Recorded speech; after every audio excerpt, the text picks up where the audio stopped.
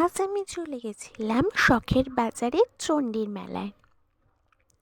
ভীষণ ফেমাস আর ভীষণ বড় এই মেলাটা। তো দেখো, তোমাদের আমি মেলাটা ঘুরে দেখাবো। আজকের এই ভিডিওতে আমি পুরো মেলাটাই তোমাদের ঘুরে দেখাবো। এখানে ছিল কিছু মাটির কাজ করা মূর্তি, এগুলো পাপড়, সেইগুলো অনেক ছিল শিব ঠাকুর।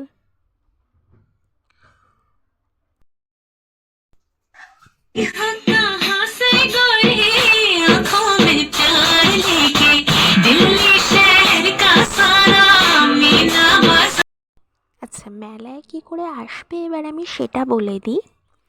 যদি তোমরা ঠাকুর পুকুরের ওই দিক থেকে আসতে চাও, তাহলে তোমরা ওখান থেকে যে কোনো চৌরাস্তাগামী বাস বা অটো ধরে শখের বাজার মোড়ে নামলে ওখান থেকে মেলা স্টার্টিং দেখতে পাবে সেটা। আর যদি বলো যে কি বাস ধরবে, আমি বলে দিচ্ছি SD5, 21/1 অথবা SD4, যে কোনো একটা বাসে উঠলেই হবে। আর যদি তোমরা বেহালা বা তারাতলা থেকে মেলায় যেতে চাও, তাহলে সেম এই বাসগুলোই ধরে তোমাদের নামতে হবে শখের বাজার মোড়ে। সেখান থেকেই মেলা শুরু।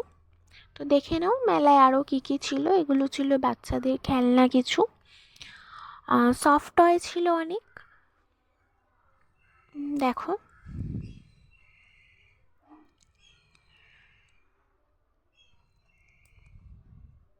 এখানে কিছু 10 টাকার কানের, ভাবতে পারছেন আপনারা, 10 টাকার কানের বিক্রি হচ্ছিল কিছু। এগুলো মাথায় দেওয়ার ফুল ছিল। আচ্ছা, এখানে অনেক চুড়ি বিক্রি হচ্ছিল, দুল ছিল আরও অনেক। এটা আই থিঙ্ক কোমরে আটকানোর একটা কোমর বন্ধনী ছিল। এছাড়াও এই ঝুমকাগুলো খুব সুন্দর ছিল, এগুলো 100 টাকা করে ছিল।